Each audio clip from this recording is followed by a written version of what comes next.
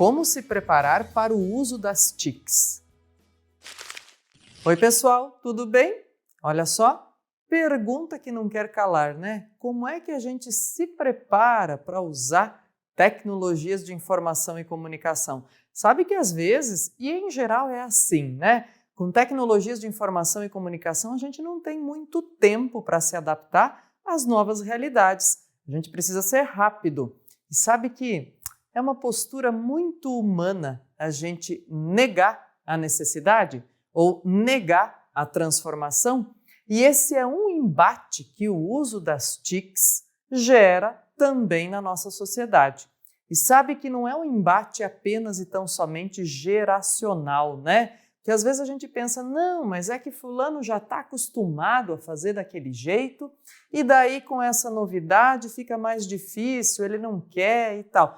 Às vezes, gente, não tem a ver com geração apenas, né? Mas tem a ver com postura mesmo, e entendimento de como e quanto isso pode mudar a nossa vida, pode facilitar a nossa vida. Então, sabe o que eu quero dizer para vocês todos? E isso eu digo para mim sempre também, vamos ter mais disposição com as novidades. Cuidado! Eu não estou dizendo aqui que é para a gente se jogar de olho fechado em qualquer novidade tecnológica. Não! Quando eu digo para a gente ter mais disposição, é dizer, peraí, deixa eu ficar mais curiosa, mais curioso a respeito disso, entender melhor, será que isso fica adequado aqui? Será que eu posso fazer assim ou assado melhor e tal? Então, é a gente nutrir essa curiosidade mesmo, pessoal, né? Ter mais essa disposição de aprender as tecnologias. Bom, aí olha só, tem alguns pontos importantes aqui que a gente tem e, de fato, essas duas ideias aqui se complementam de maneira a gerar desenvolvimento social para a gente, viu? Índice de desenvolvimento humano, inclusive, para o país todo. Olha lá, alfabetização tecnológica e inclusão digital. Certamente, são duas expressões que passaram a aparecer com mais força na segunda década do século XXI e das quais nós vamos ouvir falar ainda por muito tempo, viu?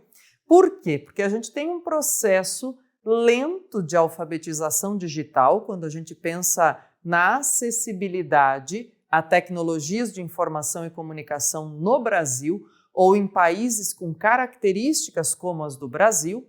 E aí, a partir desse passo de alfabetização tecnológica, a gente tem caminhos para atingir, para alcançar a inclusão digital. Quer dizer, incluir digitalmente os cidadãos não é só ter à disposição deles ou fazer com que eles tenham possibilidade de acessar um aparelho eletrônico, por exemplo. Inclusão digital é muito mais que isso. Essas pessoas precisam ser devida e claramente alfabetizadas para conseguir gerir aí o processo de informações. Além disso, não é só o aparelho, precisa ter rede de transmissão de dados, não é verdade? Precisa ter acesso à internet para conseguir fazer isso. E se a gente ouvia falar aqui ou ali esses problemas no Brasil, isso se escancarou em 2020, quando os estudantes do país inteiro, de diversos âmbitos, precisaram acessar a internet para garantir a sequência dos estudos. Aí a gente viu o quanto e como tem lugares que não têm acesso, né? Que até tem o aparelho, mas não tem acesso à rede. E esse é um ponto fundamental pensando em alfabetização e inclusão. Muito bem. Outros pontos importantes que mexem com a nossa característica ou com a nossa formação cidadã a partir de alfabetização e inclusão. Gente, sociedade de informação, democratização do acesso às tecnologias, qualidade de vida, quais são as proposições e quem é responsável por elas. Bom, vamos pensar assim, num âmbito aí, porque às vezes a gente joga também a coisa meio que de um jeito abstrato, né? E quando eu digo a gente, todos nós como cidadãos. Quando a gente pensa no seguinte, tá, mas quem é responsável por isso? Qual é o recorte, o âmbito governamental que tem que cuidar disso? Como é que faz? Quem oferece essa viabilidade? Como é que isso se transforma, né? E quando a gente fala da sociedade de informação, pessoal, imaginem vocês, hoje é quase impossível a gente não recorrer, pelo menos semanalmente, a um site de busca para procurar alguma coisa, né? E veja, eu estou sendo generosa, estou falando semanalmente. É claro que quem lida com isso recorre inúmeras vezes num único dia, né? Depois, quando se fala em democratização do acesso às informações, quer dizer, quanto mais plataformas de produção e manutenção de conteúdo a gente tem acesso, mais a gente tem democratização de informação, mais a gente tem possibilidade de acessar diferentes narrativas sobre os diversos fatos, né? E mais as pessoas podem escolher o viés que querem se afinizar, ou querem ler, querem estudar, querem entender, no fim de contas.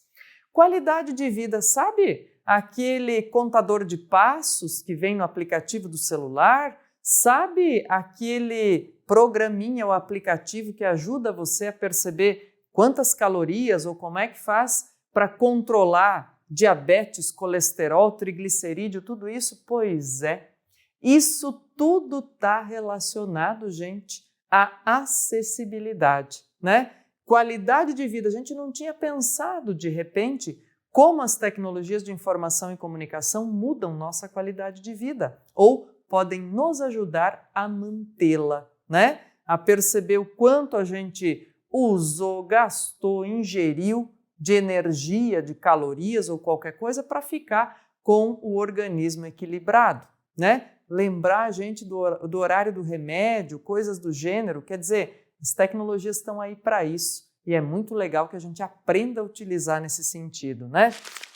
Bom, e aí, quando eu disse que às vezes a gente joga para um âmbito muito abstrato, é para pensar no seguinte, diz, olha só, pessoal, foi fundado em 1985 no Brasil o Ministério da Ciência, Tecnologia e Informação.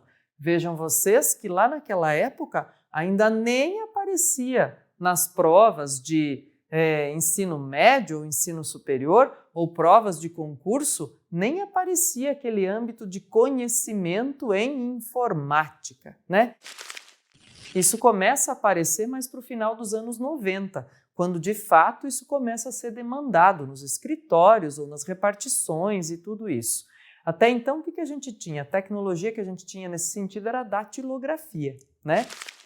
Agora, olha só, quando se cria um ministério no país de ciência, tecnologia e informação, vejam vocês que existem vários recortes aqui, ó, para pensar em todos os meios, os mecanismos que esse ministério tem acesso, ou que ele produz diretamente, ou que ele faz parceria em paralelo, enfim, que ele está correlacionado de alguma maneira para oferecer tecnologia, informação e ciência para os cidadãos. Então a gente tem um ministério responsável por isso. E é muito importante, sabe, que nessa associação de tecnologias de informação e comunicação com a educação, a gente faça visitas virtuais ao Ministério e conheça melhor em qualquer âmbito educacional que a gente esteja inserido, porque aí a gente passa a ter não mais um jogo abstrato aí de responsabilidade, mas a gente passa a conhecer mesmo quais são os grupos ou os caminhos necessários para que a gente tenha democratização do conhecimento nessa área e nesse âmbito, viu? Então, o que eu quero convidar você a fazer? De repente você diz, nossa, sabe que eu nunca acessei a página, o site ou o perfil em rede social do Ministério da Ciência, Tecnologia e Informação? Acesse, é meu convite para que essa nossa conversa seja um ponto de partida para melhorar nossa condição de construção de conhecimento e, de fato, de entendimento de responsabilidades. Um abraço, gente! Bons estudos e bom trabalho! Até logo!